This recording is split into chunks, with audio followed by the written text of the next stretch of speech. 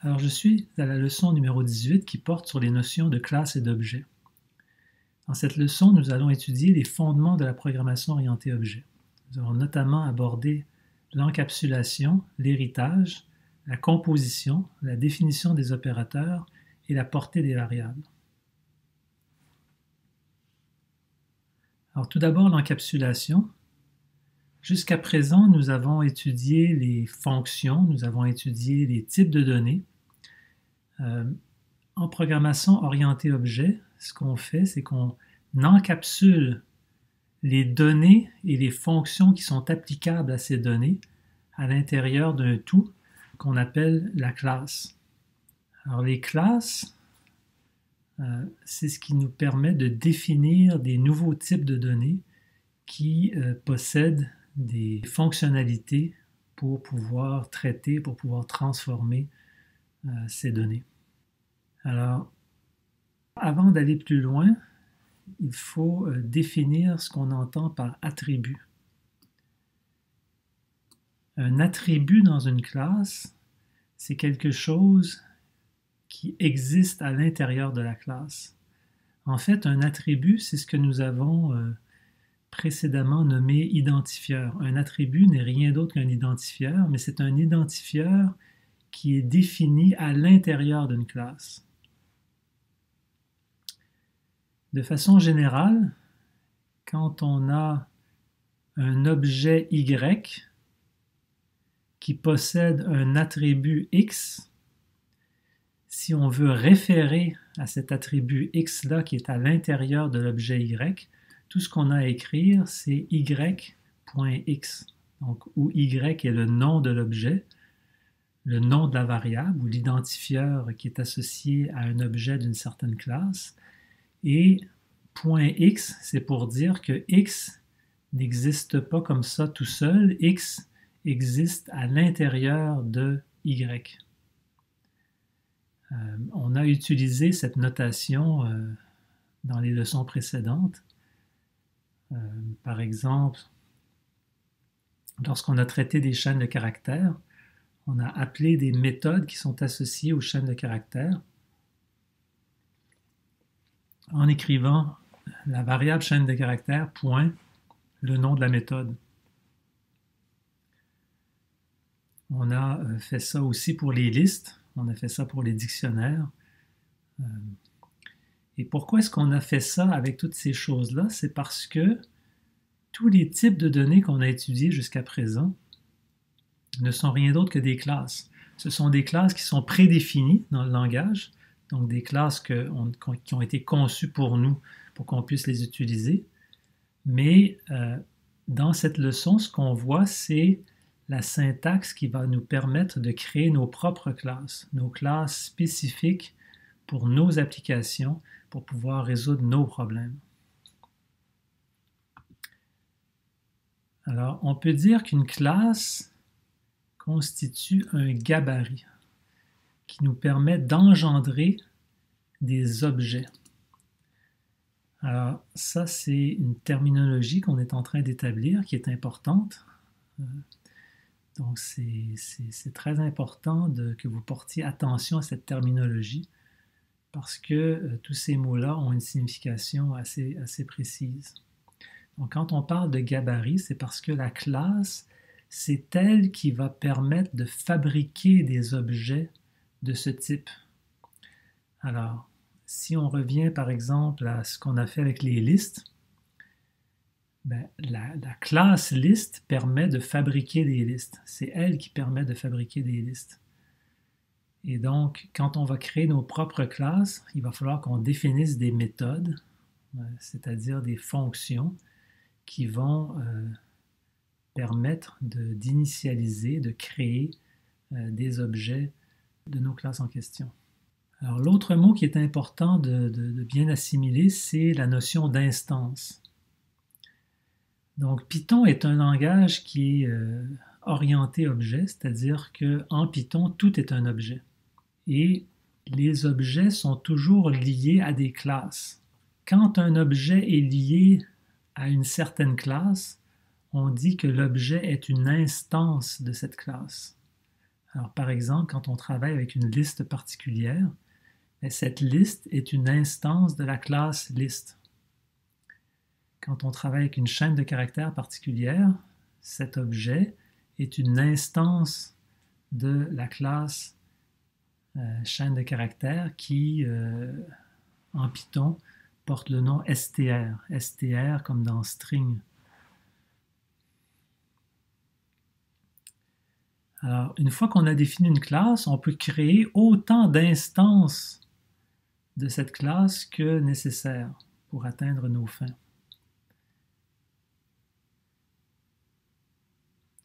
Et ce qu'on va voir maintenant, c'est que on peut inclure des classes dans des classes et ainsi former des hiérarchies de classes et donc des hiérarchies d'objets.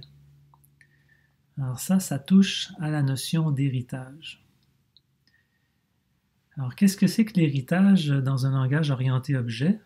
C'est un peu comme l'héritage chez les humains. Un être humain a hérité du bagage génétique de ses parents. Un être humain, au moment du décès de ses parents, va hériter des biens du parent. Et donc, en programmation orientée objet, une classe peut hériter d'une autre classe. Donc, on peut définir une relation de parenté. Donc, une classe peut être en quelque sorte l'enfant d'une autre classe. Et à ce moment-là, elle va hériter de tout ce que la classe parent contient. Il y a différentes formes d'héritage, mais dans cette leçon, on va se concentrer sur l'héritage simple. Donc, ce qu'on va faire, c'est qu'on va pouvoir définir une classe que l'on va appeler la classe dérivée. On va définir cette classe-là ici à partir d'une autre classe qui est la classe de base. Et là, ce qu'on va dire, c'est que cette classe dérivée hérite de. Donc ça, c'est la relation d'héritage. Ici, c'est la flèche qui pointe de la nouvelle classe qui hérite d'une classe précédente, donc d'une classe préexistante. Alors, cette classe-là, ici, c'est le parent, et ça, c'est l'enfant. L'enfant hérite de son parent. Donc, classe D. Et on dit que la classe enfant dérive de la classe du parent. Donc ça, c'est du jargon de langage orienté objet. Et puis, on va aussi utiliser la notion d'être un cas particulier de. Alors, quand je vais définir une classe de base, cette classe-là va être générale. Et puis, quand je vais définir une classe dérivée, cette classe-là va être plus spécifique que ma classe générale. Donc, peut-être qu'elle va faire la même chose que la classe générale, mais la classe dérivée, plus souvent qu'autrement, va être une classe qui va être spécialisée. Donc, non seulement elle va faire ce que la classe générale est capable de faire, mais elle va faire des choses en plus, ou des choses, peut-être qu'elle va faire certaines choses différemment. Donc, ce sera une classe dérivée. Et quand on se pose la question, est-ce qu'on doit définir une classe dérivée à partir d'une classe de base? Il faut se poser la question, est-ce que la classe dérivée que l'on veut créer, est-ce que c'est un cas particulier de la classe de base? Et si on répond oui à cette question-là, à ce moment-là, il faut procéder par héritage. Alors voici des exemples d'une hiérarchie de classes. Alors, supposons que dans un programme, je veux faire un logiciel de dessin graphique à l'écran dans lequel je vais pouvoir afficher des formes géométriques. Alors, on peut définir une classe générale qui serait une classe de base et appeler cette classe-là la classe des formes géométriques. Alors ça, c'est une classe qui va encapsuler tout ce qui représente la notion forme géométrique. Et une fois qu'on a fait ça, on va pouvoir définir des classes plus spécialisées, des cas particuliers de formes géométriques, comme par exemple le triangle. Le triangle est un cas particulier d'une forme géométrique, donc on va pouvoir définir une classe qui va encapsuler tout ce qui est spécifique à un triangle et on va également, donc en plus de définir les choses spécifiques à un triangle, on va pouvoir hériter des choses qui sont générales à toutes les formes géométriques. Une forme géométrique, par exemple, peut avoir une position. Donc on pourrait appeler cette position-là l'origine de la forme géométrique. C'est l'emplacement dans le plan cartésien où est-ce que je veux que la forme géométrique apparaisse. Donc, ma classe forme géométrique pourrait par exemple encapsuler une position, une origine, et puis pourrait encapsuler une couleur, pourrait emmagasiner toutes sortes de propriétés qui sont partagées par toutes les formes géométriques. Et là, dans un triangle, qu'est-ce qui est spécifique à un triangle? C'est que dans un triangle, en fait, c'est une forme géométrique qui possède 3 côtés. Par opposition à un rectangle, qui est une forme géométrique qui possède 4 côtés. Par opposition à une ellipse, qui est une forme géométrique qui n'a aucun côté, mais qui a des rayons. Une ellipse est définie par 2 rayons. Et puis, un autre exemple de forme géométrique, c'est le cercle. Mais le cercle, en fait, est un cas particulier d'une ellipse. Donc, on pourrait définir une classe cercle qui hériterait de toutes les propriétés de l'ellipse, qui elle-même hérite de toutes les propriétés d'une forme géométrique quelconque. Et de cette façon-là, on fait des hiérarchies de classes. Et pourquoi est-ce qu'on fait des hiérarchies de classes? Essentiellement, c'est pour réutiliser du code, pour éviter d'être obligé de répéter inutilement du code. Donc, si j'ai des fonctionnalités qui sont partagées par toutes les formes géométriques, je vais définir ces fonctionnalités-là ici. Et puis, je vais pouvoir les réutiliser dans toutes les formes géométriques spécifiques. De la même façon, si j'ai des fonctionnalités qui sont spécifiques à l'ellipse, mais qui ne sont pas partagées par rectangle et triangle, à ce moment-là, ces fonctionnalités-là, je vais les mettre ici. Et puis, je vais pouvoir les utiliser pour les ellipses, et puis je vais peut-être pouvoir aussi les utiliser pour le cercle, parce que finalement, un cercle, c'est un cas particulier d'une ellipse où est-ce que j'ai un seul rayon. Donc ici, dans mon ellipse, j'ai 2 rayons, et puis dans mon cercle, je peux m'arranger pour que les 2 rayons aient la même valeur, auquel cas mon ellipse devient un cercle.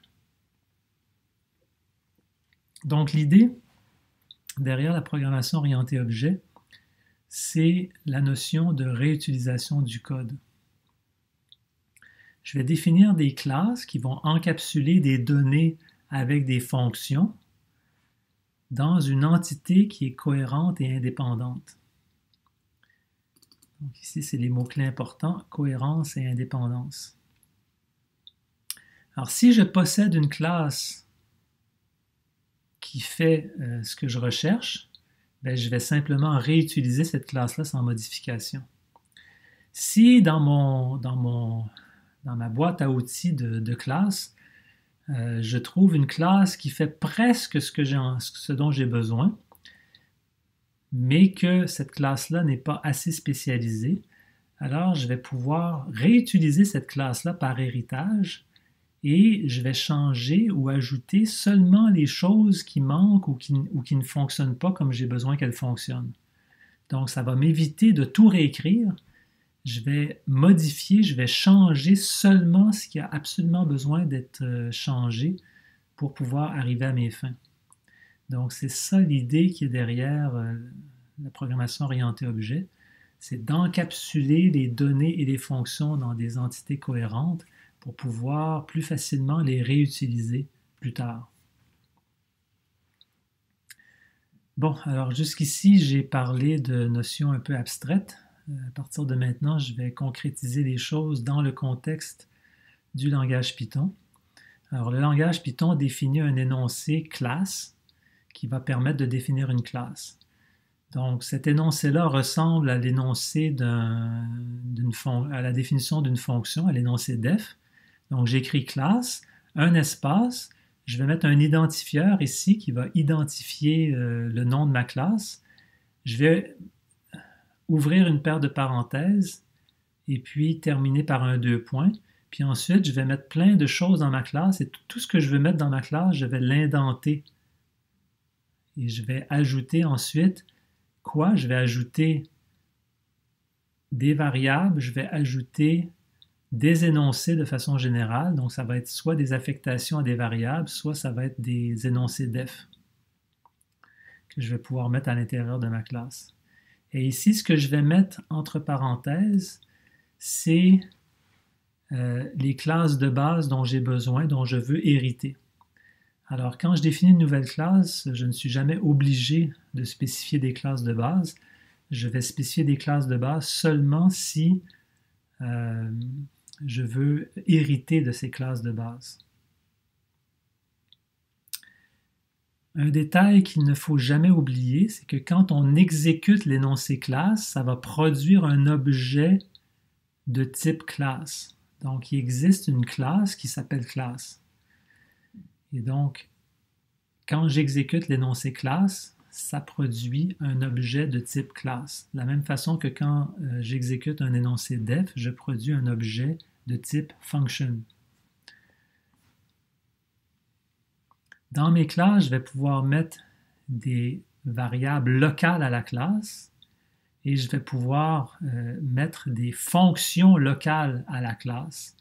Et dans le jargon orienté objet, une fonction locale, ça s'appelle une fonction membre de la classe. Donc, et une fonction membre, ça s'appelle aussi une méthode de la classe. Donc tout ça, ce sont des synonymes. Une méthode, ce n'est rien d'autre qu'une fonction qui est membre d'une classe particulière. Lorsque je définis une fonction qui n'est pas membre d'une classe, à ce moment-là, ce n'est rien d'autre qu'une fonction. Mais lorsqu'elle est membre d'une classe, à ce moment-là, elle devient une méthode de cette classe. Alors, par exemple, ici, je définis une classe que je nomme employé pour décrire un employé. Donc, imaginez que je suis en train de concevoir un système là, pour gérer les ressources humaines de ma compagnie. Je pourrais commencer par me définir une classe employé dans laquelle je vais encapsuler les données et les fonctionnalités relatives à la gestion d'un employé. Alors ici, mon exemple est très très simple et je ne rentre dans aucun détail, mais je pourrais par exemple, dans ma classe employé, puis vous voyez ici que je n'ai pas utilisé d'héritage, donc ma classe employé n'hérite de rien, donc c'est ça, donc c'est une classe de base. Et là ici, j'ai mis des def, des énoncés def, donc qui définissent des fonctions à l'intérieur de ma classe employé. Donc, une première fonction, calculer salaire, pour calculer le salaire de l'employé. Je pourrais avoir une fonction donner augmentation pour pouvoir accorder des augmentations à mes employés, donner des promotions pour changer leur statut, et puis éventuellement, les employés, d'avoir une fonction qui va faire tout ce qui a besoin d'être fait lorsque l'employé part à la retraite. Alors, comme j'ai mentionné il y a un instant, ce sont des exemples un peu simplistes là, des fonctionnalités qu'on aurait besoin d'encapsuler dans une classe employée. Si on veut faire un système de gestion des ressources humaines, c'est évidemment beaucoup plus complexe que ça, mais ça permet d'illustrer les principes. Et là, vous pouvez remarquer là, qu'après le 2 points de mon def, j'ai mis l'énoncé pass. Alors ça, je ne me souviens plus si je vous ai déjà parlé de cet énoncé-là, mais c'est un énoncé qui existe en Python pour simplement dire à l'interpréteur qu'il n'y a rien dans la fonction. Donc en fait, dans un énoncé def, il faut absolument qu'il y ait au moins un énoncé, et l'énoncé pass, c'est un énoncé qui ne fait rien. Parce que si on ne met rien après le 2 points, là, il va y avoir une erreur de syntaxe et l'interpréteur Python va nous dire que la syntaxe est invalide. Alors que si on met un énoncé pass, puis là vous voyez que je l'ai mis sur la même ligne que le def. Si on veut respecter le PEP 8, il ne faut pas faire ça, il faudrait les mettre sur des lignes distinctes, mais remarquez bien que l'interpréteur Python va l'accepter même si c'est sur la même ligne. Et donc c'est l'équivalent de définir une fonction sans définir ce qu'on veut que la fonction fasse. Donc ici, je ne définis pas ce qu'on veut que la fonction fasse parce que ce n'est pas pertinent à cette étape-ci. Ce n'est pas pertinent pour illustrer le concept de classe. Donc, on a déjà vu précédemment comment implanter des fonctions. Une fonction qui est membre d'une classe, ça fonctionne exactement de la même façon qu'une fonction régulière.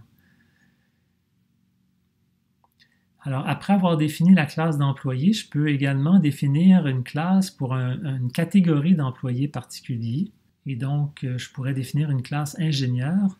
Et là, cette fois-ci, je mets une paire de parenthèses avec l'identifieur employé qui est associé à une classe. Et donc, ce que ça dit à Python, c'est que je veux dériver de la classe employé, je veux dériver une nouvelle classe qui va s'appeler ingénieur, et la classe ingénieur va automatiquement hériter de tout ce qu'il y a dans employé. Donc, qu'est-ce que ça veut dire concrètement? Ça veut dire que automatiquement, sans que je n'ai rien d'autre à faire, dans ingénieur, il va avoir un calculé salaire, un donné augmentation, un donné promotion, puis un prendre retraite. Et là, ici, tout ce que je fais pour l'ingénieur, c'est que je définis une nouvelle fonction calculer salaire. Donc, ce que ça veut dire, c'est que cette fonction-là, calculer salaire, va remplacer celle-là. Donc, par défaut, ingénieur récupère tout ça, toutes ces fonctions-là. Et là, je dis à Python, ben, cette fonction-là, ce n'est pas celle-là que je veux en faire une particulière pour mes ingénieurs, donc, parce que le calcul du salaire des ingénieurs, présumément, serait différent du calcul des salaires des autres employés. Donc, encore une fois, là, supposons que c'est le cas. Et une fois qu'on a fait ça, on va pouvoir créer des variables ici, comme par exemple la variable André, la variable Marie, la variable compagnie. Et puis, on va pouvoir affecter à ces variables-là, on va pouvoir affecter, regardez bien ce qui est écrit ici, j'utilise l'identifieur. Cet identifieur-là, c'est un nom de classe. C'est la classe employé ici que j'ai définie. Et je lui accole une paire de parenthèses pour dire à Python que je veux construire une instance de la classe employé. Donc, je veux construire un objet qui sera une instance d'employé et cet objet-là va être affecté à la variable André. De la même façon, ici, je vais construire une instance de la classe ingénieur et je vais l'affecter à la variable Marie. Ensuite, je peux récupérer mes deux variables André et Marie et les mettre à l'intérieur d'une liste. Comme ça, je vais me créer une liste avec deux employés. Le premier employé, c'est André, qui est un employé ordinaire, et Marie, qui est un employé spécialisé, donc de la classe ingénieur. Et après ça, je vais pouvoir itérer sur les employés à l'intérieur de ma compagnie et je vais par exemple pouvoir afficher le résultat de la méthode calculer salaire appelée pour cet employé-là. Et donc, j'ai deux employés, il y a deux choses qui apparaissent, c'est 2 fois none. Pourquoi est-ce que c'est none qui apparaît? Ben, c'est none qui apparaît simplement parce que calculer salaire, que ce soit celui-là ici, ne retourne rien, fait juste un pass. Celui-là non plus ne retourne rien. Par conséquent, il n'y a rien qui est affiché. Un petit peu plus tard, on va voir comment est-ce qu'on pourrait afficher des choses. Et pour l'instant, dans cet exemple-là, il n'y a rien d'affiché. Alors, voici un autre exemple de classe qu'on pourrait faire. On pourrait définir une classe matrice en disant à Python qu'on veut dériver notre matrice de la classe liste. Je rappelle qu'une matrice, ce n'est rien d'autre qu'un tableau de nombres. Et donc, je peux utiliser la classe list comme classe de base pour pouvoir créer ma classe de matrice. Et qu'est-ce qui est particulier, qu'est-ce qui est intéressant dans une classe matrice? Ben, quand j'ai des matrices de nombres, c'est intéressant de pouvoir additionner des matrices de nombres, de pouvoir les multiplier, de pouvoir les soustraire, peut-être de pouvoir récupérer la taille des matrices et peut-être aussi, quand on fait des opérations matricielles, on va transposer les matrices, c'est-à-dire transformer des lignes en colonnes et des colonnes en lignes. Alors, une façon d'implanter une classe matrice, c'est de la dériver d'une liste. Donc ça ici, list, c'est le nom de la classe qui est associée aux listes en Python. C'est une classe qui est prédéfinie dans le langage. Donc, on peut l'utiliser par héritage. pour hériter de toutes les fonctionnalités de liste et d'ajouter des choses spécifiques, des choses qui sont spécifiques aux matrices et qui n'existent pas dans les listes. Donc, dans les listes, on ne peut pas additionner au sens arithmétique du terme, on ne peut pas additionner des listes.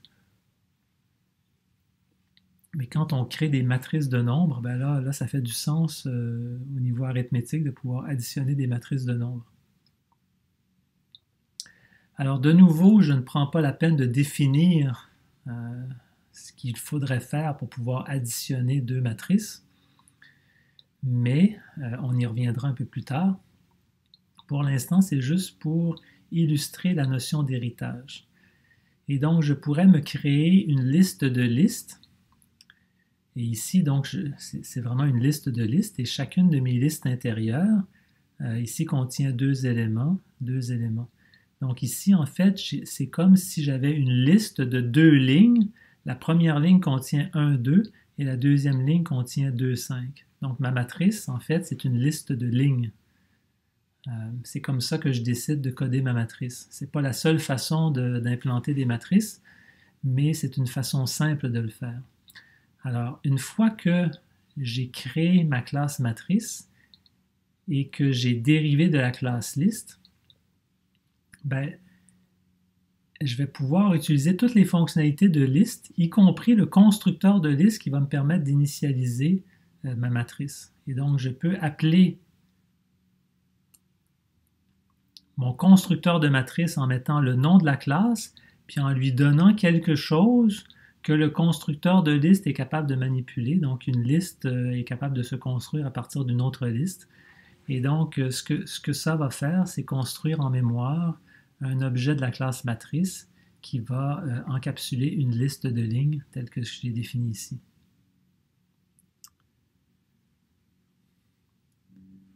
Alors, dans les diagrammes ici, c'est important de bien se rappeler qu'on a fait la classe ingénieur à partir de la classe employé.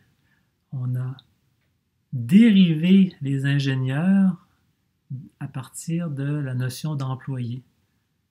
Donc, les ingénieurs héritent de tout ce qu'il y a dans employé. Les ingénieurs sont des cas particuliers d'employés. Même chose pour matrice. Matrice dérive de liste, donc matrice hérite de tout ce qu'il y a dans liste. Et matrice est un cas particulier d'une liste. En fait, c'est le cas particulier d'une liste qui contient des lignes, où chacune de ces lignes est elle-même une liste. Alors, tantôt, on a dit qu'une classe est un gabarit pour fabriquer des objets. Donc, quand on appelle la fonction associée au nom de la classe, on va se trouver à créer un nouvel objet. Et ça, les objets d'une certaine classe, on appelle ça des instances. On va créer des instances de cette classe. Donc, si j'écris A est égal à matrice comme ça avec une paire de parenthèses, donc j'appelle la fonction, c'est comme si je faisais un appel de fonction pour une fonction qui correspond au nom de la classe, bien ça, c'est un appel au constructeur de matrice. Donc, cet appel-là va se trouver à créer une matrice. Donc ici, je vais exécuter cette cellule-là. J'exécute cette cellule-là et donc ça fonctionne. Et là, il faut faire très attention. Ici, regardez bien, si j'imprime A, qu'est-ce qui va se passer? Bien, je vais imprimer une liste vide. Pourquoi je vais imprimer une liste vide? Bien, parce que matrice est un cas particulier d'une liste. C'est ce qui est illustré ici. Matrice est un cas particulier d'une liste. Et j'ai construit ma matrice avec rien. Donc, c'est comme si j'avais construit une liste avec rien, et donc ma liste, effectivement, elle est vide. C'est ce qui serait passé si j'avais construit une liste à partir de rien. Si je demande à Python de me dire c'est quoi le type de la variable A, Python va me dire c'est un objet de la classe matrice qui est défini à l'intérieur d'un certain module. Alors ici, j'ai un autre exemple où est-ce que je crée une première classe que j'appelle en anglais first class. qui n'hérite de personne, donc c'est une classe de base. Et dans cette classe-là, je définis deux méthodes, donc la méthode setData pour fixer une certaine donnée, et puis cette méthode-là, ici, reçoit deux arguments. Le premier, c'est l'argument self, le deuxième, c'est l'argument valeur ou value. Et ce que je fais, c'est que je vais écrire la valeur que j'ai reçue ici, je vais l'affecter dans self pour l'attribut data. Alors, quand je définis des méthodes pour les classes, en Python, le premier argument des méthodes, c'est un argument qui réfère à l'instance pour lequel je vais appeler cette méthode-là. Et ici, je décide de prendre la valeur qui m'est passée et d'affecter cette valeur-là à un attribut data qui va être à l'intérieur de l'instance. Alors, cette méthode-là est à l'intérieur de la classe. Lorsque je vais créer une instance de la classe, je vais aller écrire des choses à l'intérieur de cette instance-là. Ça, c'est une première méthode. Et ici, je définis une deuxième méthode qui reçoit comme premier argument une instance de la classe et qui affiche la variable d'instance data. Donc, l'attribut data qui est stocké à l'intérieur de l'instance. Donc, regardons ça maintenant. Utilisons maintenant cette classe-là, firstClass, en appelant son constructeur. Donc ici, je vais construire un objet, une instance de la classe firstClass, et je vais affecter cette instance-là à x. Ici, je construis une deuxième instance et je l'affecte à la variable y. Alors, x réfère à une instance de la classe et y réfère à une autre instance de la classe. Alors, si j'appelle setData pour l'instance x en lui passant une chaîne de caractères, qu'est-ce qui va se passer? Ici, je vais appeler cette fonction-là ici, je vais appeler donc cette méthode-là ici, et puis le self, c'est le x ici. C'est pour cette instance-là que j'appelle cette méthode-là. Et puis, la valeur que je lui passe, c'est cette chaîne de caractères-là. Donc, Python va prendre la valeur ici qui va être reçue dans cet argument-là et il va l'affecter à la variable d'instance qui va s'appeler data. Et même chose quand je fais ça pour y en lui passant une valeur numérique cette fois-ci, je vais me ramasser avec une instance x et une instance y, et chacune des deux instances va contenir un data différent. Alors sur le diagramme ici, j'ai illustré la classe firstClass. Cette classe-là, elle contient deux méthodes, la méthode setData, la méthode display. La méthode setData, quand on l'appelle, elle vient créer une variable data à l'intérieur des instances. Donc, j'ai mon instance x qui est ici, j'ai mon instance y qui est ici, et quand je vais appeler setData, setData va aller écrire quelque chose dans data, mais pas n'importe quel data, le data de x. Quand je vais dire x.setData, ça va écrire dans le data qui est ici, et quand je vais écrire y.setData, le data va être écrit ici. Donc ça, c'est une instance de cette classe-là. Ça, c'est une autre instance de cette classe-là. Et chacune des deux instances a une variable data qui lui est propre. Pourquoi? Parce qu'on a mis data à l'intérieur de l'instance.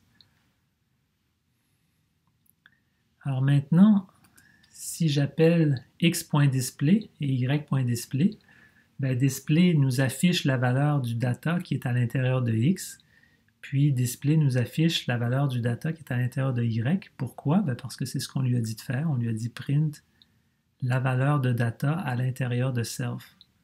Et donc, c'est ce qui est fait ici.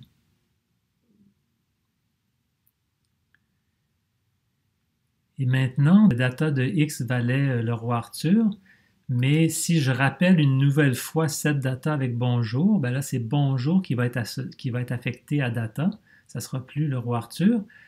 Et donc, quand je vais afficher le data de X avec la méthode display, ben c'est bonjour qui va apparaître. Alors maintenant, si je veux créer une deuxième classe et que cette fois-ci, je vais avoir une classe qui hérite de ma première classe, ben, je peux l'écrire de cette façon-là. Je peux faire ça. Là, je peux aussi décider de remplacer la méthode display de first class par une nouvelle méthode qui serait spécifique à ma classe second class. Et cette méthode-là pourrait afficher les choses un peu différemment. Par exemple, je pourrais écrire valeur actuelle égale et là mettre la valeur donc dans un format pour que ça soit plus joli lors de l'affichage. Donc maintenant, si je crée une variable d'instance Z en appelant le constructeur de second class et en mettant une paire de parenthèses vides et en faisant un setData42, quand je vais faire un display sur Z, sur ma variable, sur mon instance de la classe, ben maintenant, le setData qui est appelé, c'est celui de first class parce que dans second class, je n'en ai pas défini de nouveau setData. Par contre, ici, quand j'appelle le display de Z, ben, je vais appeler cette méthode-là ici. Je ne vais pas appeler celle de first class parce que je l'ai remplacée par celle-là ici dans second class. Et donc, vous voyez que c'est cet affichage-là qui va se produire et non pas l'affichage qu'il y avait dans first class. Alors, si j'illustre ça avec un diagramme comme tantôt, j'ai ma première classe first class qui contient deux méthodes setData et display.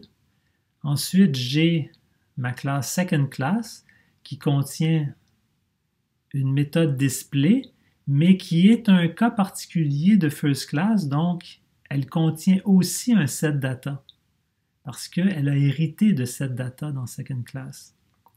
Et ensuite, je crée une variable d'instance Z qui contient sa variable d'instance data.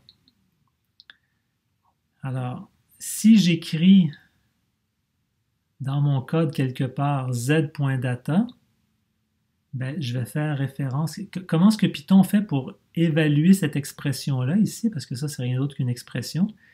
Il va voir que Z est une instance de second class.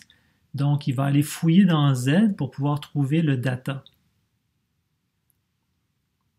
Okay, donc, quand j'écris z.data, il vient fouiller dans Z, il trouve data. Donc, c'est cette valeur-là. La valeur de l'expression, c'est la valeur de data.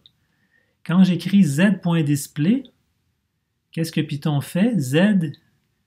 Python va fouiller en mémoire, il trouve que Z est une instance, mais il n'y a pas de display dans l'instance. Par contre, Python va réaliser que Z est un cas particulier de second class.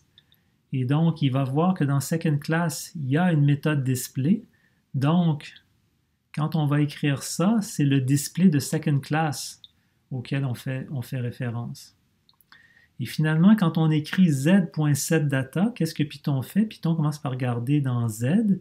Il voit que Z est une instance, il n'y a pas de setData dans Z, donc il va aller dans le parent de Z, dans la second class. Dans second class, il ne trouve pas de setData non plus.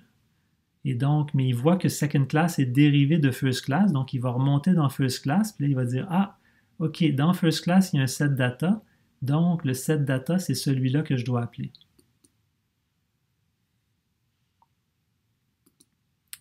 Donc, si j'écris x.display, ça me donne bonjour, y.display, ça me donne 3.1416, et puis z.display, ben, ça me donne valeur actuelle égale 42.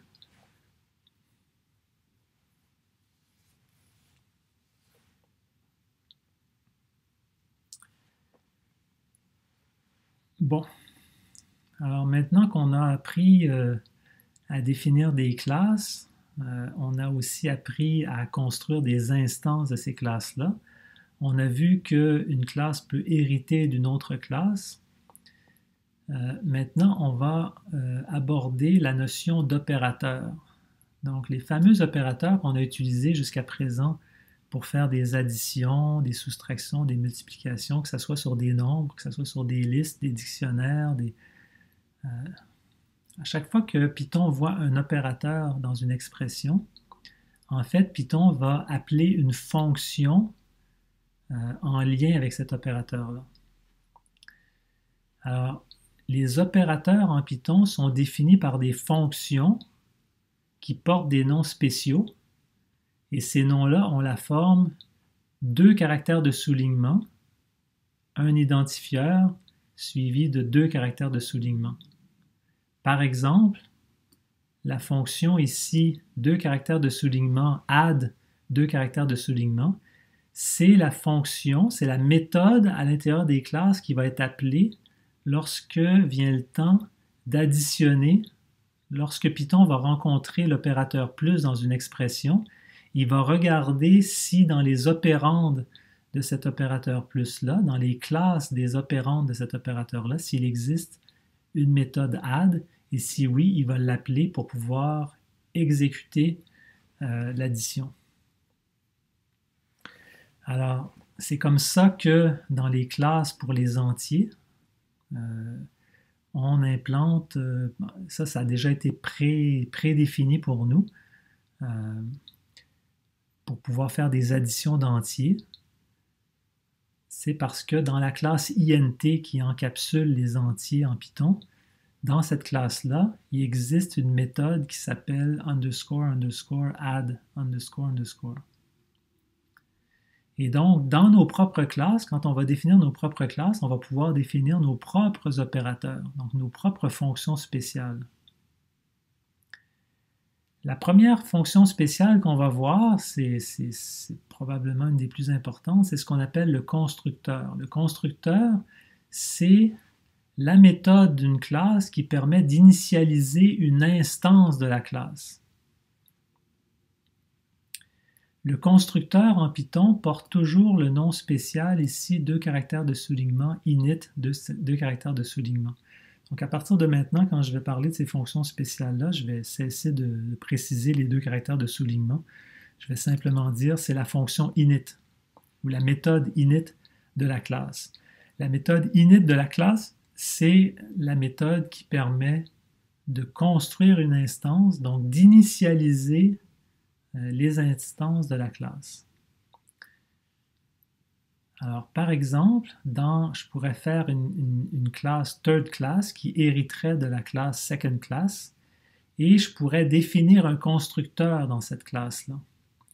Et son constructeur, il recevrait 2 arguments. Le premier argument,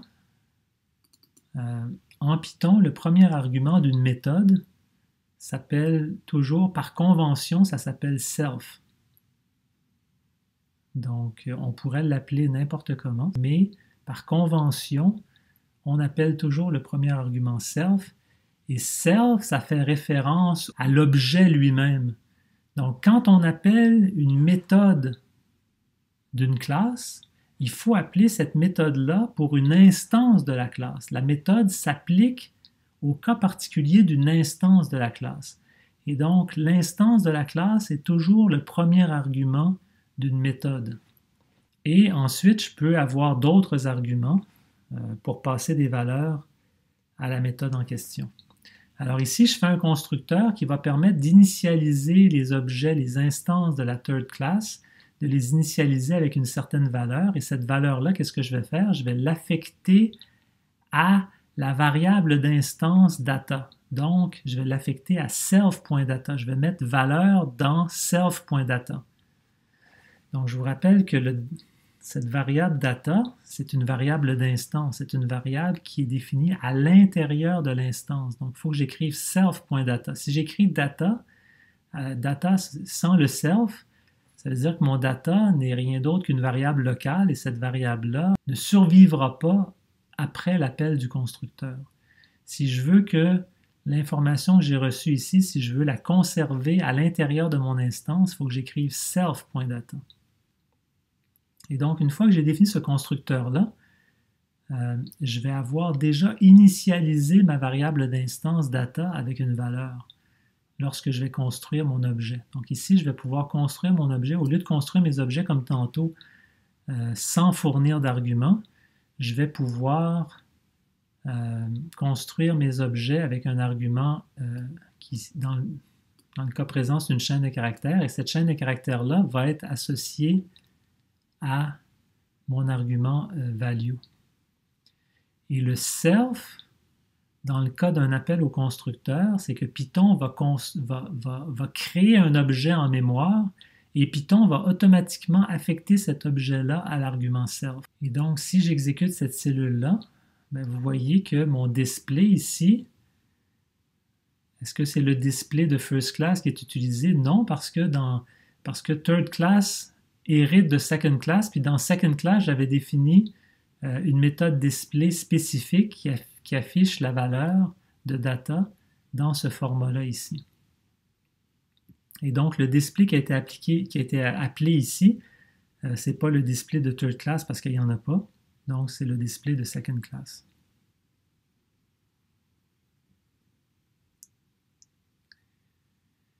Alors, maintenant que j'ai créé ma variable A, je peux quand même appeler la fonction setData. Et la fonction setData va remplacer le data que j'ai initialisé dans le constructeur. Alors, en plus de la méthode init qui permet d'initialiser les instances de ma classe, j'aurais pu aussi ajouter une deuxième fonction qui serait la méthode add pour pouvoir additionner des instances de third class.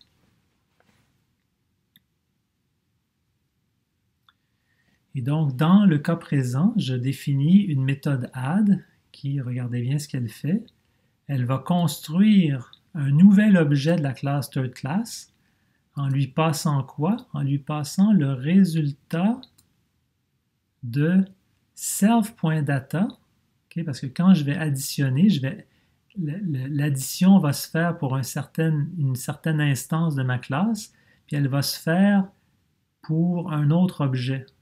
Donc ici, dans mon code, quand je vais écrire, ici j'ai deux objets third class, quand je vais écrire A plus B, A va être associé à self, okay, parce que le plus ici, sa méthode add va être appelée pour l'objet qui est situé à sa gauche. Okay, le Python sait que cet objet-là, c'est un third class, donc il va aller fouiller dans third class, il va trouver la méthode add, il va appeler cette méthode add-là en lui passant une référence sur A, et puis l'opérande qui est à la droite du plus va être passée dans le deuxième argument de add. Et donc, je pourrais prendre, peu importe ce qu'il y a dans le data des deux instances, je peux prendre le data des deux instances, l'additionner. Donc, si ce data-là, c'est des chaînes de caractères, ben, je vais additionner les chaînes de caractères. Si c'est des nombres, je vais additionner les nombres. Et me servir du résultat pour construire un nouvel objet third class. Cet objet-là va être initialisé par le constructeur. Donc, en fait, la valeur que je vais générer ici va être affectée au data de la nouvelle instance que je vais créer, puis je vais retourner cette instance-là. Et donc, quand ça va être retourné, ça va être affiché ici à la variable C. Et quand je vais demander à C de s'afficher en appelant sa fonction display, ben, ça va m'afficher A, B, C, D, E, F. Pourquoi? Parce que je vais avoir additionné le data de A avec le data de B. Et ça, c'est le résultat de la concaténation des deux chaînes de caractères qui est associée à A et B.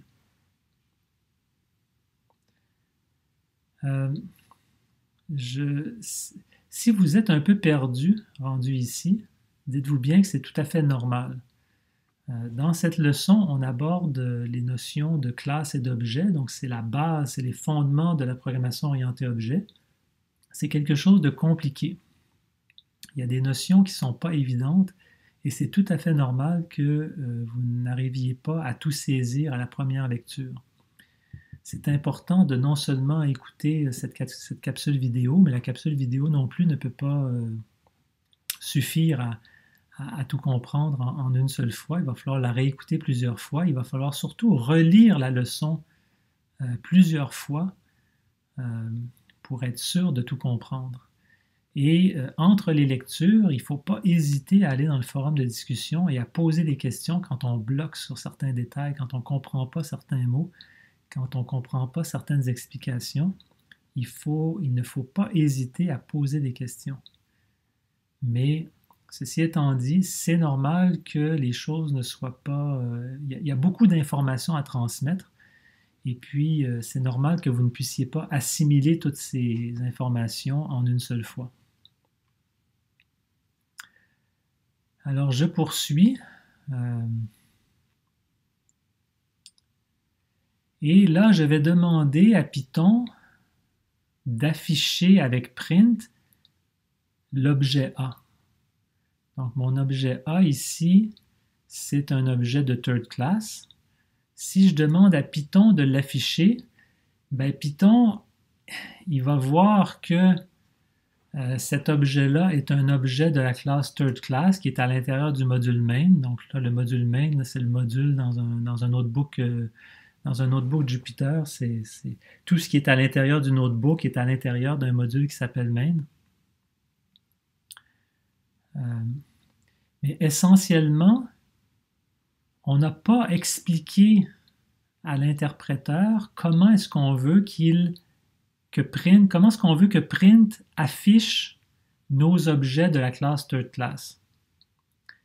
Et si on veut que print soit en mesure d'afficher nos objets de la classe third class, il faut expliquer à Python comment ce qu'il doit faire pour convertir une instance de third class en une instance de chaîne de caractères. Et pour faire cette conversion-là, il faut définir une méthode à l'intérieur de notre classe qui s'appelle str, avec 2 caractères de soulignement devant et derrière. Et là, si on définit cette méthode-là, par exemple en lui disant, bon ben, on va faire l'affichage de cette façon-là, on va mettre une paire de crochets, on va écrire third class 2 points, puis ensuite on va écrire la valeur du data ici. Donc vous voyez le self.data, on va afficher cette valeur-là ici à la droite d'un third class 2 points. Donc supposons que c'est comme ça qu'on veut faire l'affichage avec print de nos objets third class. Ben, il suffit de lui dire à Python en définissant cette méthode-là. Et à ce moment-là, quand on va faire le print ici, ben, le print, qu'est-ce que la fonction print? La fonction print, elle ne sait pas comment afficher les objets de la classe third class. Elle ne sait pas non plus comment afficher les entiers, elle ne sait pas comment afficher les listes, elle ne sait rien du tout, la fonction print. La seule chose qu'elle sait, c'est lorsqu'elle a besoin de faire son affichage, elle est capable de prendre des caractères et de les envoyer à la console. C'est la seule chose que print est capable de faire. Et donc, print, quand elle reçoit un argument comme ça ici, quand elle reçoit une valeur là, qui est un objet, l'objet associé à A, elle va examiner dans les triples de cet objet-là, elle va voir est-ce qu'il existe cette méthode-là ici. Et si la méthode existe, ben, print va appeler cette méthode-là pour pouvoir produire une chaîne de caractères, puis print va envoyer cette chaîne de caractères-là à la console. Donc, print ne peut pas savoir a priori comment afficher l'ensemble des objets qu'on peut définir en Python. C'est au programmeur à expliquer, en fait, c'est au programmeur à définir la méthode str pour dire à print, en fait, c'est même pas pour dire à print, c'est print va appeler notre méthode pour que notre objet puisse se convertir en chaîne de caractères afin que print puisse l'afficher à la console. Alors, des méthodes comme ça qui portent des noms spéciaux et qu'on peut définir dans nos classes, il y en a toute une panoplie. Donc ici, j'ai mis un pointeur vers la section 3.3 du manuel qui les énumère de façon exhaustive. Et j'ai énuméré, moi, les principales fonctions qu'on a souvent besoin de définir dans nos classes. Donc, si on veut que nos instances de notre classe supportent, qu'on puisse mettre ces instances-là avec des opérateurs plus, des opérateurs moins, fois divisé, il faut définir ces trois fonctions-là ici. C'est la fonction add pour le plus, sub pour la soustraction, mul pour la multiplication et trueDiv pour la division. Donc la trueDiv, là, c'est la division dont le résultat est un nombre à virgule flottante. Si je veux faire une division entière, si je veux avoir un résultat d'une division qui donne un entier, ben, il y a un autre nom de fonction pour faire ça. Lorsque je veux pouvoir comparer des instances de mes classes avec l'opérateur plus petit que, plus grand que, plus petit ou égal, plus grand ou égal, égal, ou pas égal, ben, c'est ces méthodes-là ici que je dois définir. LT comme dans lower than, GT comme dans greater than, LE comme dans lower or equal, donc c'est le E de equal, puis le L de lower, greater or equal, EQ pour equal, NE pour not equal,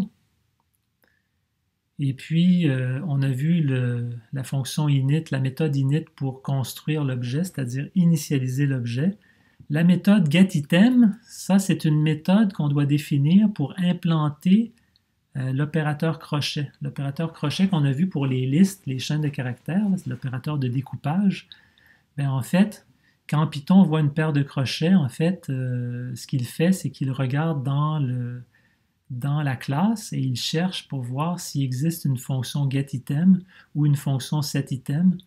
Et c'est ces fonctions-là qui sont appelées pour effectuer le découpage des chaînes de caractères et des listes. Et donc, il vous suffit de définir ces méthodes-là dans vos classes à vous pour pouvoir découper vos séquences. Là, si vous faites vos propres classes qui encapsulent des séquences, bien, vous pouvez implanter votre propre opérateur crochet pour faire des découpages.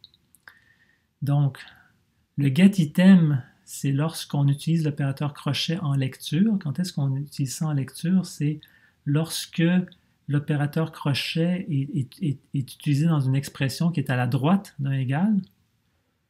Le setItem, c'est lorsqu'on utilise l'opérateur crochet en écriture, c'est-à-dire lorsqu'il est à la gauche d'un égal. La méthode str, ça c'est la méthode qui va permettre de convertir nos instances en instances de chaîne de caractères.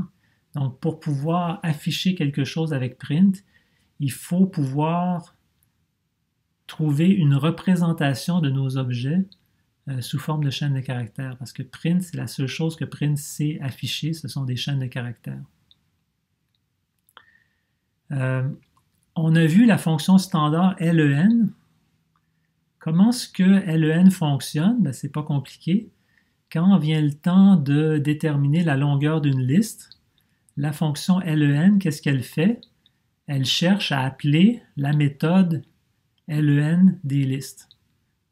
Donc, c'est les listes elles-mêmes qui sont capables de déterminer leur longueur.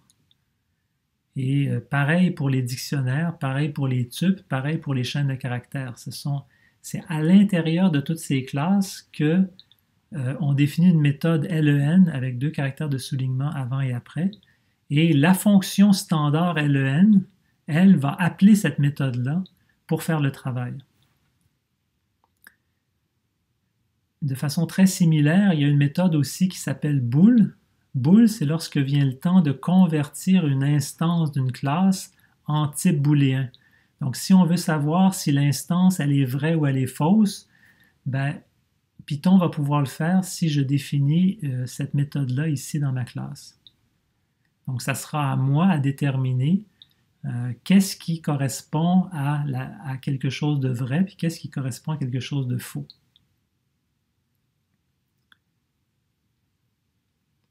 Alors, par exemple, on a déjà vu que quand on crée des listes et qu'on veut tester une liste, si j'écris if avec une expression ici qui est le nom d'une liste, bien, si cette liste-là,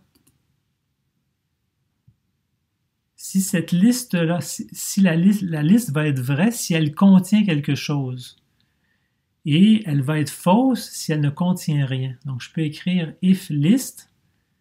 Et dans le cas présent, ici, il y a quelque chose, donc je vais afficher une liste d'au moins un élément est toujours true. Et là, ici, vous voyez que si je prends une liste vide Une liste vide, c'est quelque chose qui est faux. Pourquoi? Parce que quand il n'y a rien dans une liste, ben, c'est toujours faux. Donc, si j'écris if la négation d'une liste vide, une liste vide c'est faux. Si je fais la négation de faux, j'obtiens vrai. Par conséquent, le test est vrai et je vais afficher une liste vide est toujours false. Donc, vous voyez, et comment est-ce que ça ici, comment est-ce que ça peut fonctionner, ça? Ben, ça fonctionne parce qu'à l'intérieur de la classe list, on a défini la méthode bool. Alors, vous relirez ça attentivement, tous ces détails. Et on va passer à une fonction qui s'appelle super.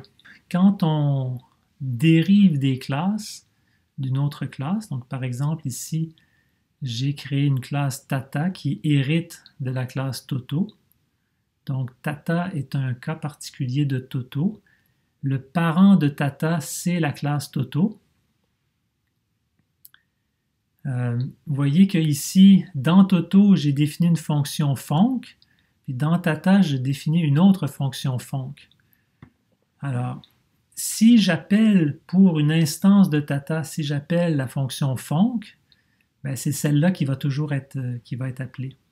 Mais si je veux, à partir d'une instance de Tata, je veux appeler la fonction func qui a été définie dans la classe Toto, ben je peux faire ça en écrivant explicitement que je veux faire appel à la fonction func, mais pas n'importe quelle fonction func, je veux le func qui est à l'intérieur de Toto. Donc ici, ce que j'appelle, c'est le func de Toto, donc c'est ce func-là ici.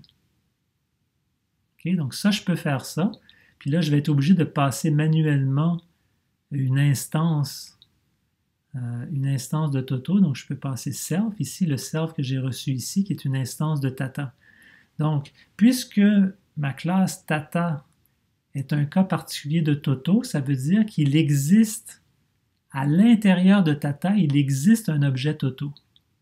Et donc, je vais pouvoir faire appel de ma fonction func ici, mais je vais être obligé de mettre le nom de la classe Toto devant le func pour dire à l'interpréteur Python que ce n'est pas le func de Tata que je vais appeler, mais bel et bien le func de Toto. Alors, une façon alternative de faire ça, c'est de faire appel à la fonction super. Donc, j'appelle super avec une paire de parenthèses. Là, il y a des arguments que je peux spécifier à l'intérieur du super, mais il y a aussi des valeurs par défaut de ces arguments-là. Donc, si je ne dis rien, l'appel de ma fonction super va me récupérer l'instance de la classe Toto qui existe à l'intérieur de l'instance de la classe Tata. Et donc, si j'écris super une paire de parenthèses .func, je vais me trouver encore une fois à appeler cette fonction func-là. Donc, ces deux énoncés-là, ici, l'énoncé de la ligne 6 et 7, sont deux énoncés qui sont tout à fait équivalents. Ils vont faire la même chose. Donc, vous voyez ici, j'ai dit, je veux la fonction func qui est dans Toto, puis voici l'instance pour laquelle je vais appeler cette fonction-là, c'est-à-dire l'instance self que j'ai reçue ici.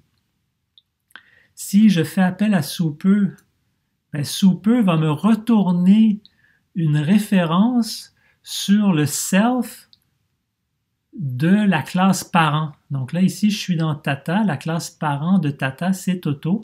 Donc, super, ici, va me retourner le self du parent. Et ça va me permettre d'appeler func pour le parent et non pas pour l'enfant. Alors, d'où est-ce que ça vient, ça, le mot super? Ben, c'est parce que une classe de base, dans d'autres langages orientés objets, on appelle ça parfois la superclass. La superclass, c'est la classe parent. C'est la classe dont on vient d'hériter. Donc, c'est de là d'où vient le mot super. Bon, alors de nouveau, là, vous lirez attentivement le texte et les explications qui sont ici pour avoir potentiellement plus de détails. Ceci m'amène à vous parler des variables de classe versus les variables d'instance. On a vu tantôt qu'une variable d'instance, c'est une variable que je vais aller sauvegarder à l'intérieur d'une instance, donc à l'intérieur d'un self. Alors, en Python, je peux aussi définir des variables de classe. Donc, si je suis ici dans une classe quelconque, là, qui j'appelle Toto, parce que ce que fait la classe n'a aucune importance, si j'indente à l'intérieur de cette classe-là une affectation à une variable, je vais affecter la valeur 57 à la variable x. Mon x ici va être à l'intérieur de Toto. Et on va dire que x est une variable de classe pour la classe Toto. Et ce que ça veut dire, ça, c'est que la valeur 57 qui est associée à x, cette valeur-là va être accessible à toutes les instances de la classe Toto. Toutes les instances de la classe Toto vont partager la même variable x. Donc, regardez ici, je définis A est égal à Toto. Donc, je construis une instance de la classe Toto, je l'affecte à A. Ici, je construis une deuxième instance de la classe Toto. Donc, A et B sont deux instances différentes.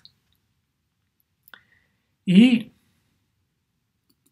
si j'affiche les valeurs du x qui est à l'intérieur de A puis du x qui est à l'intérieur de B, ben, j'obtiens deux fois la valeur 57.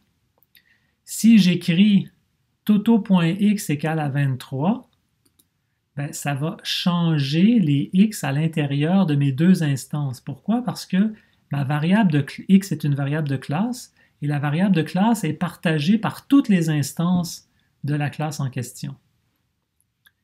Donc ici, j'ai été modifier la valeur qui est associée à ma variable de classe.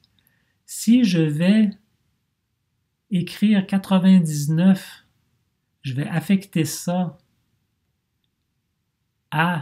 au x qui est à l'intérieur de A, mais là, je suis en train de créer une variable d'instance.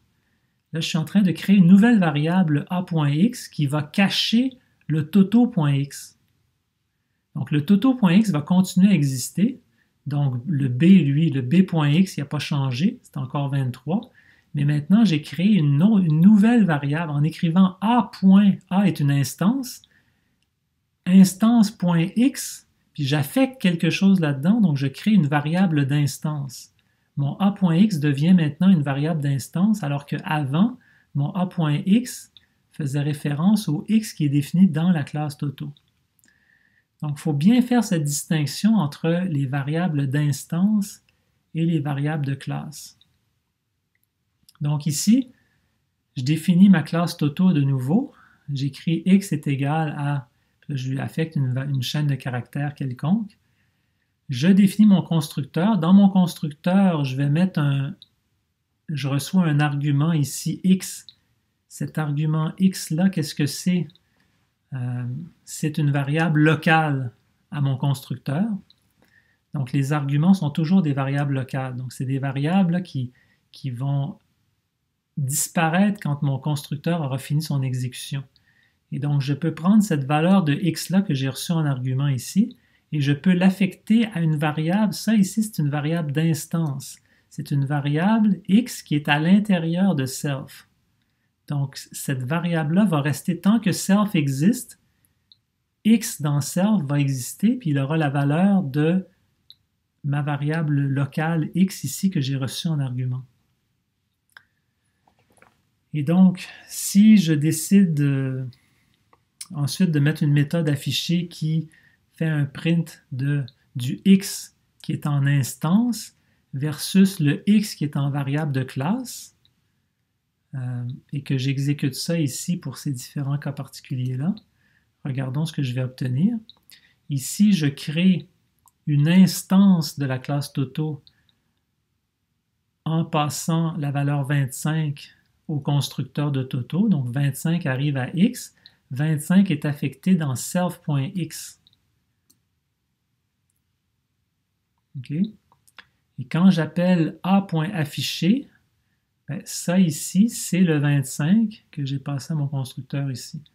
Mais le Toto.x, lui, il n'a pas changé. Il vaut encore Toto ici.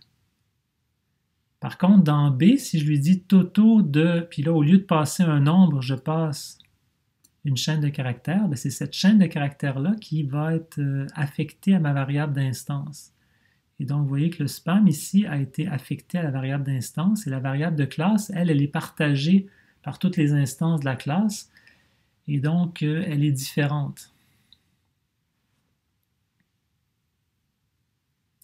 Alors, c'est très, très important de faire la distinction entre les variables locales à une fonction, y compris les fonctions qui sont des méthodes, des variables d'instance et des variables de classe. Ce sont trois sortes de variables différentes.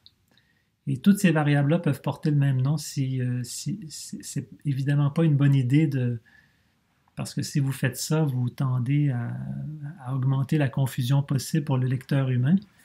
Mais l'interpréteur Python, lui, il va se débrouiller sans aucun problème avec ça parce que lui, il ne va pas aller ranger les valeurs des 3x, là, les trois sortes de x, le x ici qui est la variable de classe, le x ici qui est une variable locale, et ce x-là ici qui est une variable d'instance, il va les ranger physiquement en mémoire à trois endroits différents. Et donc, lui, il ne va pas se mélanger. Mais nous, pauvres humains que nous sommes, il vaut mieux éviter de nommer des variables d'instance et des variables de classe avec les mêmes noms. C'est vraiment une très mauvaise idée. Là, je fais ça ici juste pour illustrer les principes, mais ce n'est pas une bonne idée parce que ça porte à confusion. Alors, récapitulation, quand je veux appeler une méthode, et puis je vous rappelle qu'une méthode, c'est rien d'autre qu'une fonction qui est membre d'une classe, c'est-à-dire une fonction qui est définie à l'intérieur de la classe. Tout ce que j'ai à faire, c'est de mettre ici un objet de la classe en question, point. Ensuite, le nom de la méthode que je veux appeler et ensuite d'énumérer les arguments de cette méthode-là, sauf l'argument self que j'ai jamais besoin de spécifier dans cette syntaxe-là parce que l'argument self va obtenir la valeur de cet objet-là ici qui est à la gauche du point.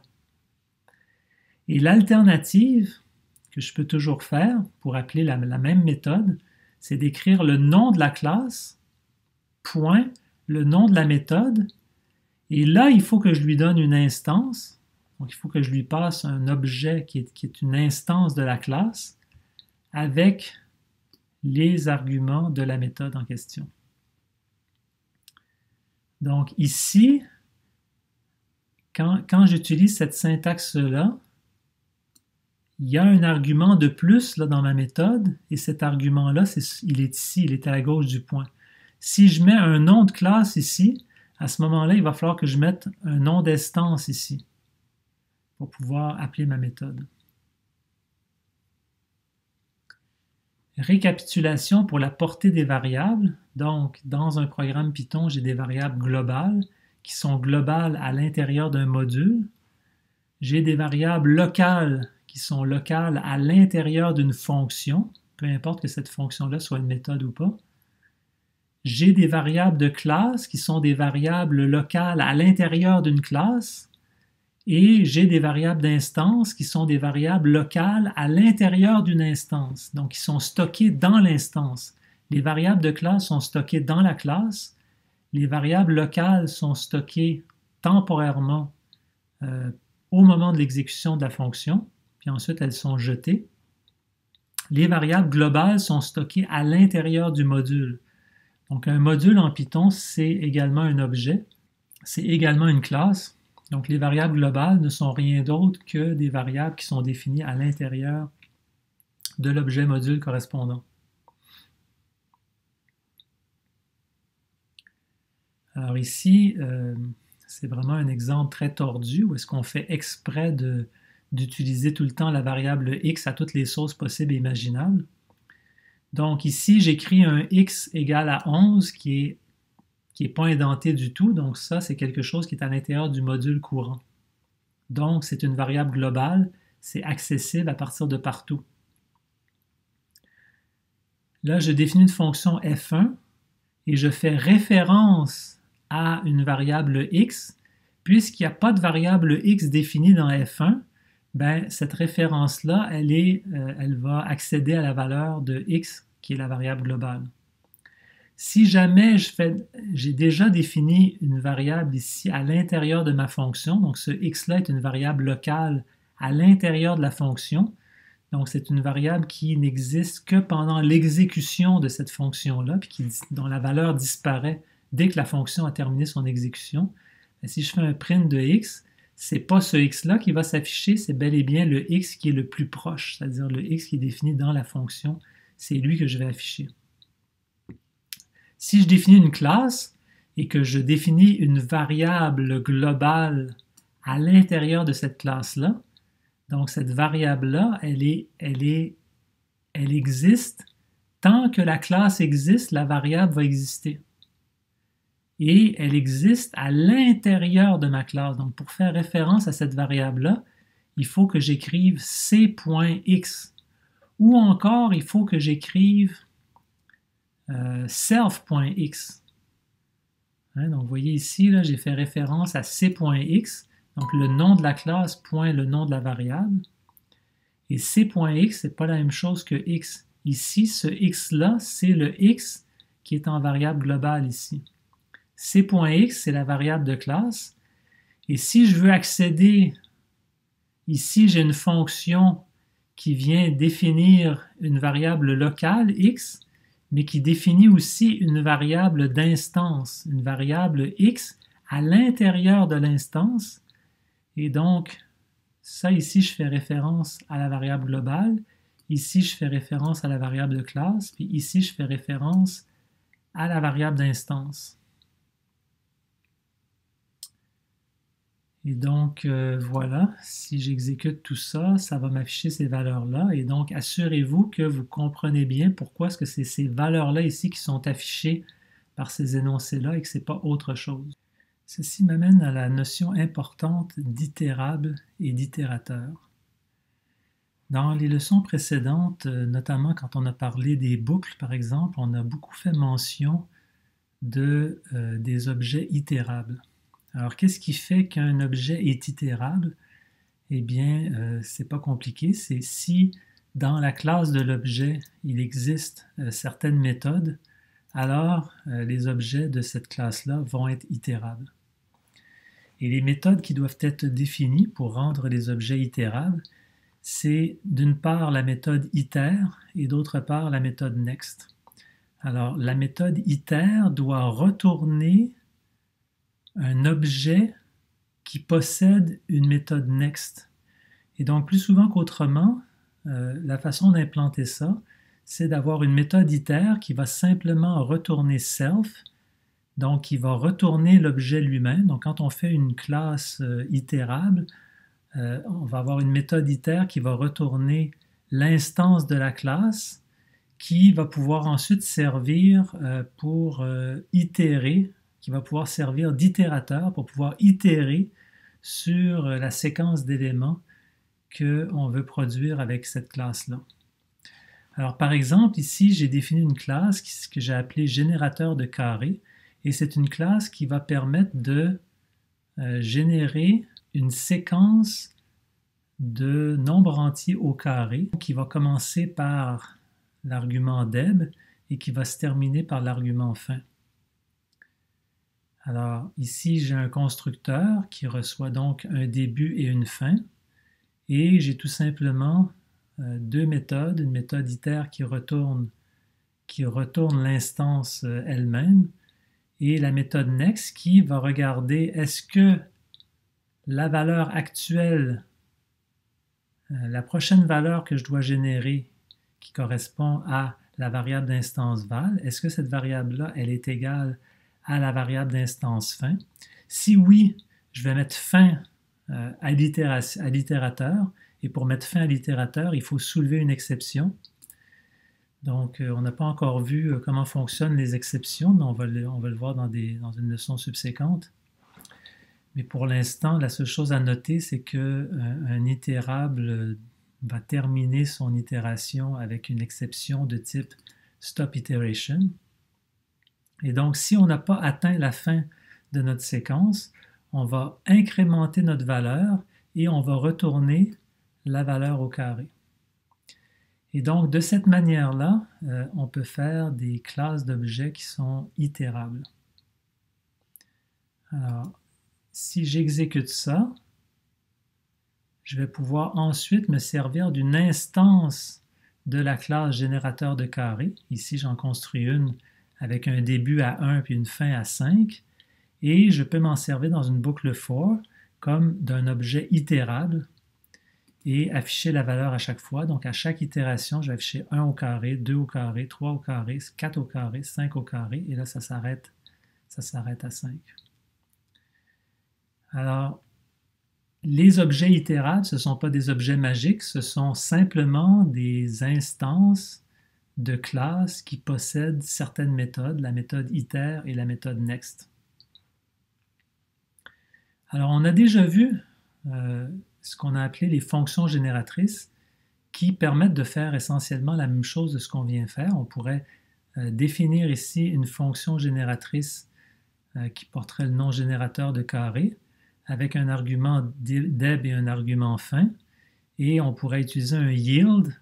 Donc, on pourrait faire un range sur toutes les valeurs de deb jusqu'à fin plus 1, faire un yield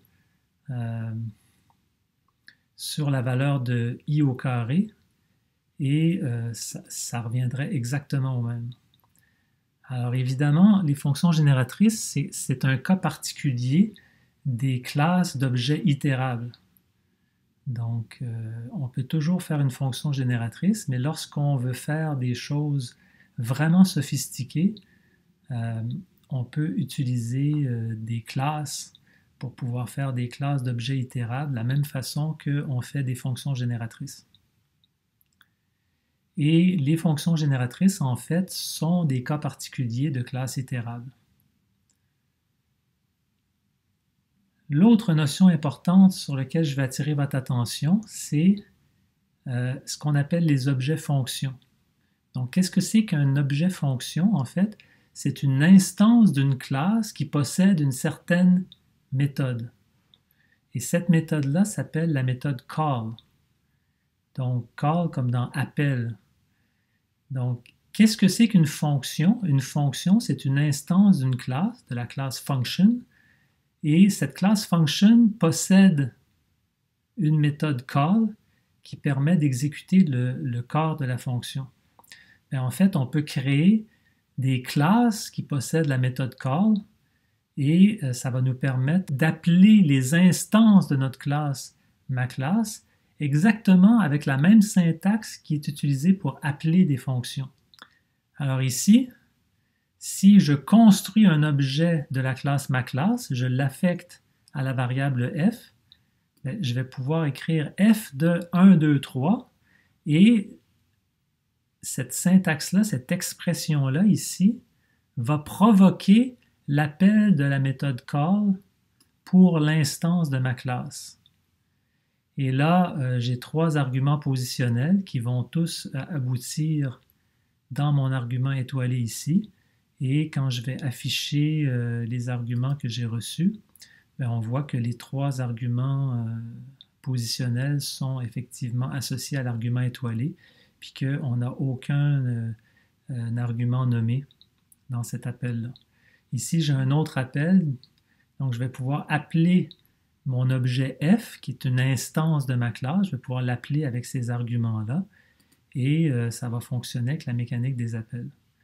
Donc, on voit la puissance ici de Python, et de ce qu'on peut faire en Python. Donc, on peut définir des classes d'objets qu'on va pouvoir appeler comme des fonctions. Et ça, c'est un exemple d'usage des arguments étoilés, simplement étoilés et doublement étoilés, qui permettent de faire des instances d'objets qu'on va pouvoir appeler avec des combinaisons arbitraires d'arguments positionnels et d'arguments nommés. Donc, récapitulation sur le Python et l'orienté objet. Donc, il y a la notion d'encapsulation. L'encapsulation, ça veut dire qu'à l'intérieur d'une classe, on va définir des attributs. Et ces attributs-là, ça peut être soit des variables, donc des données, ou encore des fonctions, donc des méthodes. Une classe est un objet capable de fabriquer d'autres objets. Et ces autres objets-là, on les appelle des instances.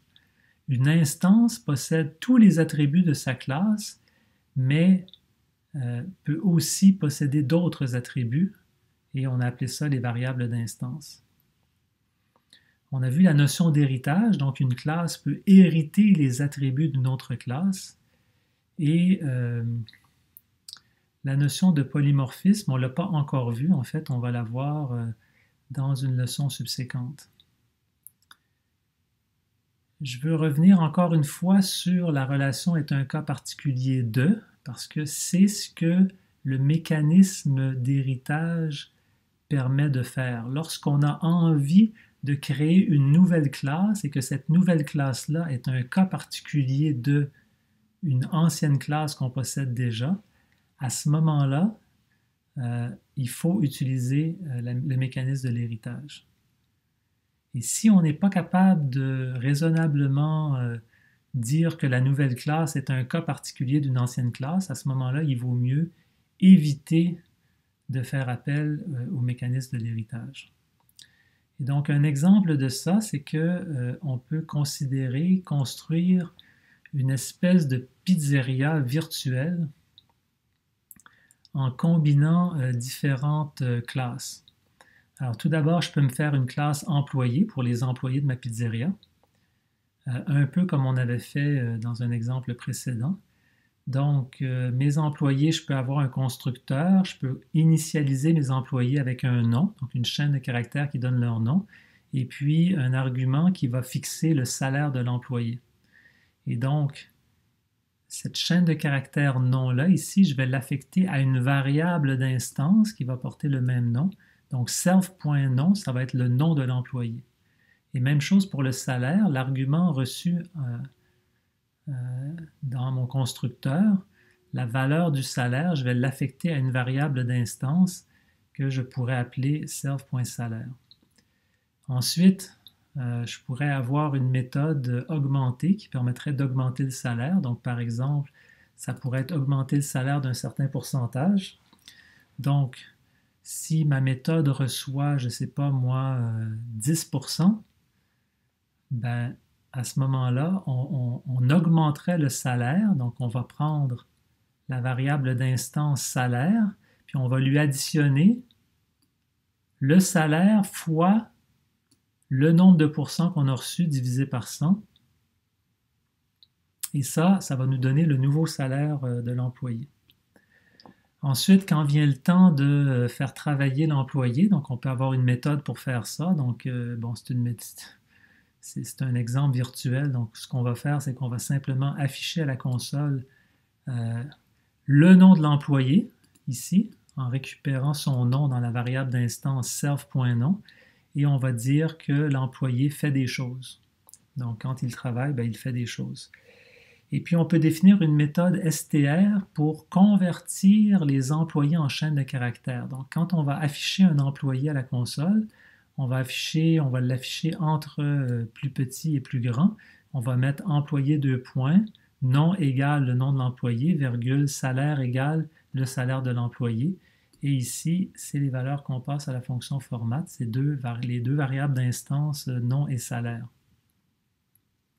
Ensuite, on peut définir une classe d'employés spécialisés. Donc ça serait le chef de la pizzeria. Donc, hériterait de tout ce qui existe dans la classe des employés. Mais le chef, lui, il aurait un salaire fixe. Donc, le constructeur de chef, il y aurait juste un nom. Et puis, son salaire serait fixé à 50 000 $ par exemple. Et donc, le constructeur de la classe chef ferait appel au constructeur du parent, donc le super, pour passer le nom qui est reçu en argument ici, va le passer au constructeur du parent avec le salaire qui est fixé à 50 000 $. Et la méthode travailler, au lieu de dire que l'employé fait des choses de façon générique, là, l'employé qui est un chef, lui, il prépare la pizza. On pourrait avoir une autre sorte d'employé aussi qui serait dérivé de la classe employé. Donc, ça serait l'employé, le serveur, celui qui sert aux tables. Et donc, lui aussi, il aurait un nom, il aurait un salaire qui serait fixé, par exemple, à 30 000 $. Et son travail, lui, c'est de servir le client. Donc, il sert le client.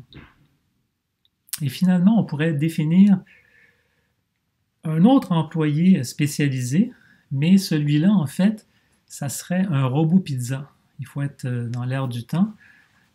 Où est-ce qu'on pourrait imaginer une pizzeria où est-ce qu'il n'y aurait pas un chef qui serait un humain, mais ça serait un robot qui prendrait des pizzas surgelées, fabriquées en usine, et qui les mettrait dans un four pour les faire simplement faire la dernière étape de cuisson sur place. Et donc, évidemment, l'avantage d'un tel employé, c'est qu'il n'a pas besoin de salaire, lui. Et donc, voilà. Ou en tout cas, il aura un salaire virtuel. Donc, à partir du moment où j'ai défini toutes ces classes-là, ben là, je peux créer un chef qui s'appellerait Bob. Donc ça, c'est son nom. Je l'associerais à une variable qui serait Bob. Je pourrais imprimer les informations sur cet employé-là ici. Et là, quand je donne Bob à print, ben là, print va appeler la fonction str, la méthode str de Bob, pour pouvoir convertir Bob en chaîne de caractères, et c'est ça qui va être affiché. Donc si j'exécute ça, oups, j'ai oublié d'exécuter, je dois d'abord exécuter ça, ensuite je dois exécuter ça. Donc vous voyez que ici, print Bob, ça a affiché Bob salaire 50 000. Là maintenant, j'ai fait travailler Bob, donc là ça a affiché Bob prépare la pizza. Ensuite, je lui ai donné une augmentation de salaire de 10%. Et donc, ensuite, je réimprime Bob. Et là, vous voyez que son salaire est passé de 50 000 à 55 000. Là, vous voyez ici que j'avais un salaire entier au début. Puis là, comme j'ai multiplié par un pourcentage, bien, ça m'a donné un salaire en virgule flottante. Donc là, c'est 55 000,0. Donc ça, évidemment, je pourrais enlever les sous si je voulais, mais bon. Et puis après ça, ici j'ai un print qui affiche une ligne blanche. Puis après ça, je peux itérer sur tous les employés de ma pizzeria, à savoir les employés ordinaires, le chef, le serveur et le robot pizza. Et puis je peux faire travailler tous mes employés. Et puis voilà. Donc c'est un autre exemple de ce que je peux faire. Alors, ça, c'est la notion d'héritage. Okay? J'ai un robot pizza qui hérite de chef, j'ai un chef qui hérite d'employés, puis j'ai un serveur qui hérite d'employés aussi. Ceci étant dit, c'est pour montrer que on ne fait pas tout le temps, quand on définit des nouvelles classes, on ne fait pas tout le temps des relations d'héritage parce que des fois, il n'y a pas de lien et on va alors plutôt utiliser ce qu'on appelle la composition.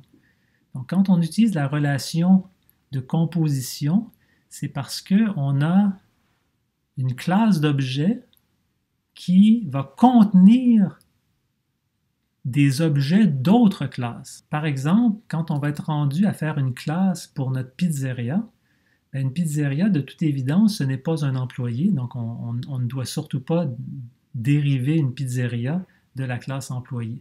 Par contre, une pizzeria, ça contient des employés. C'est-à-dire qu'il y a des employés à l'intérieur de notre pizzeria.